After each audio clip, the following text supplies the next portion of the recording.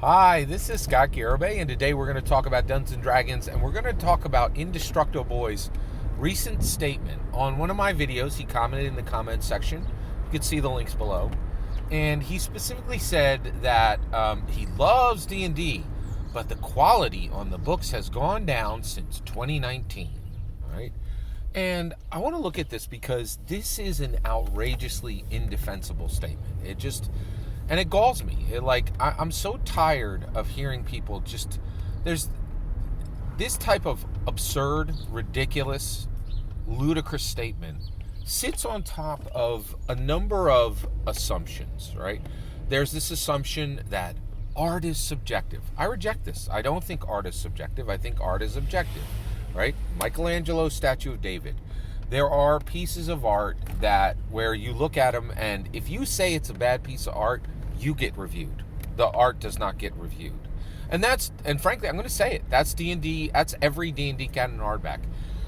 Recently, there were some magic items that came out in the Dungeons & Dragons Honor Among Thieves movie, and they put them on as a special art, as a special claimed content catalyst element on D&D Beyond. The team that worked on these 5 magic items was 18 people, right? Like, the amount of work, the amount of quality that is invested in every single thing that goes under the Dungeons & Dragons banner it's not debatable. It is not debatable. This is a ludicrous statement on the part of Indestructoboy, and I want to dig into it because I you don't get to just run your mouth unchecked, right? And I want to explore the innovations around each one of these books, the actual content in these books, the people who are working on these books, and say that Indestructoboy's opinion is based on shocking ignorance and a burning, passionate D&D hatred, in my humble opinion. All right. So I think if you, and I'm going to present evidence toward that. Let's get into it. Okay.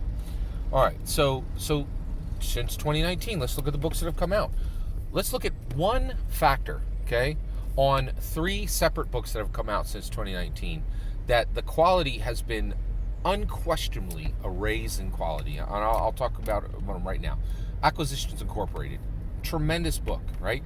So Indestructoboy wants you to believe that Teos Abadia and Sean Merwin were a lowering of quality. These guys are some of the best in the business. Teos Abadia right now just finished a Kickstarter with Sly Flourish, right? He just he actively does free content to tell others how to create tabletop role-playing game content. Sean Merwin works for Ghostfire Games right now, right?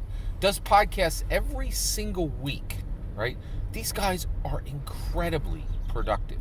Their work, to say their work is not quality, is an outrageous, unfair, ludicrous statement, right? Like, it is so divorced from actually engaging with their content or actually seeing what they are doing and how they are interacting. It's galling. It is absolutely galling. And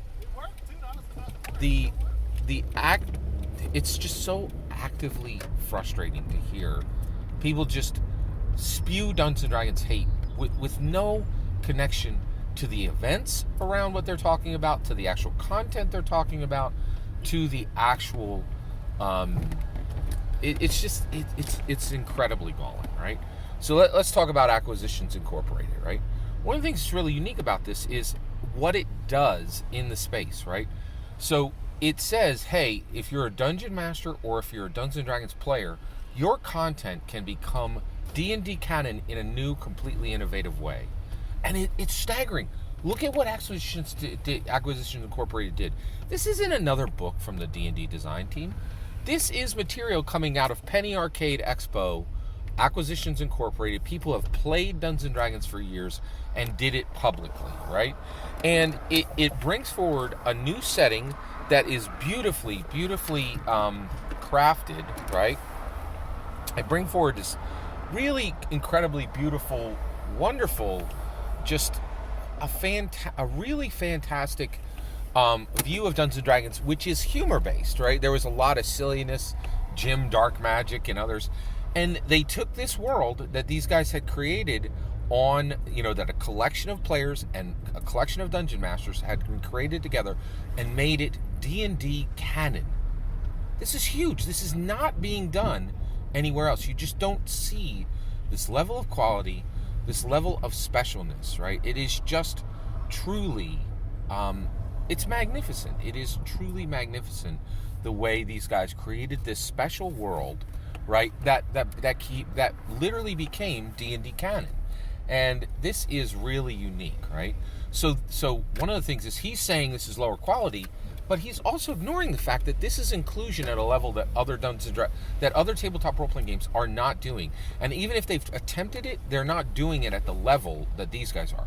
Every single person connected to these projects was elevated based on the content of that Acquisitions Incorporated book, right? This was people, this was a book that invites dungeon masters saying, hey, if you're out there and you're creating Dungeons and Dragons, you have a possibility of your world becoming canon. And that's an invitation, a canon, right? And you just don't see this in any other tabletop role-playing game, right? And there are literally careers being built out of the work coming out of these books, right? In addition to that, you see Explorer's Guide to Wildemount in the same vein of giving opportunity to dungeon masters and Dungeons & Dragons players to make their content official canon, right? You also see this same thing happening with Explorer's Guide to Wildemount and with Call to the Netherdeep, which are two books which, again, they're breaking off and saying the D&D design team are not the only people who put up canon, who create canon, and an invitation to every single dungeon master and every single Dungeons & Dragons player saying what you make matters, right? And again, it's completely unmatched anywhere else in any other tabletop role-playing game. Give me examples of where somebody's work becomes literally foundational to getting an Amazon show, right?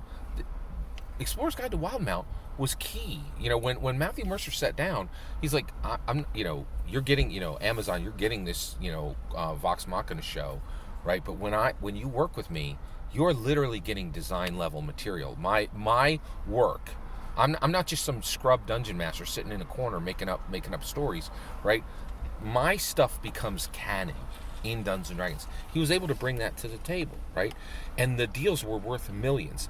What other, you want to talk about quality? The quality is so high, shows are being launched based on the success of these D&D canon books, right? And in addition to that, those aren't the only shows. There's literally multiple shows, right?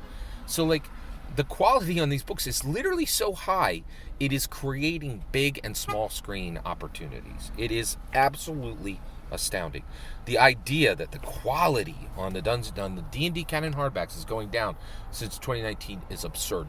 Just one aspect of the quality of these books is inclusion, right? And this is one of the things that I'm asking you, Indestructoboy.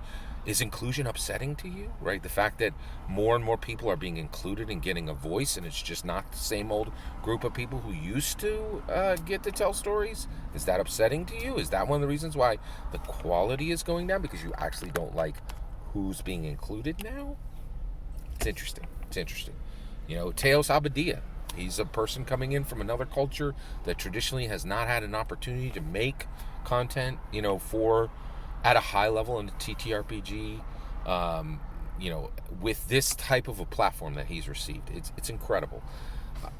I'm telling you, Indestructoboy's idea that the quality on D&D canon hardbacks since 2019 has gone down is a ludicrous, indefensible statement, in my humble opinion. Every word you just heard is my humble opinion.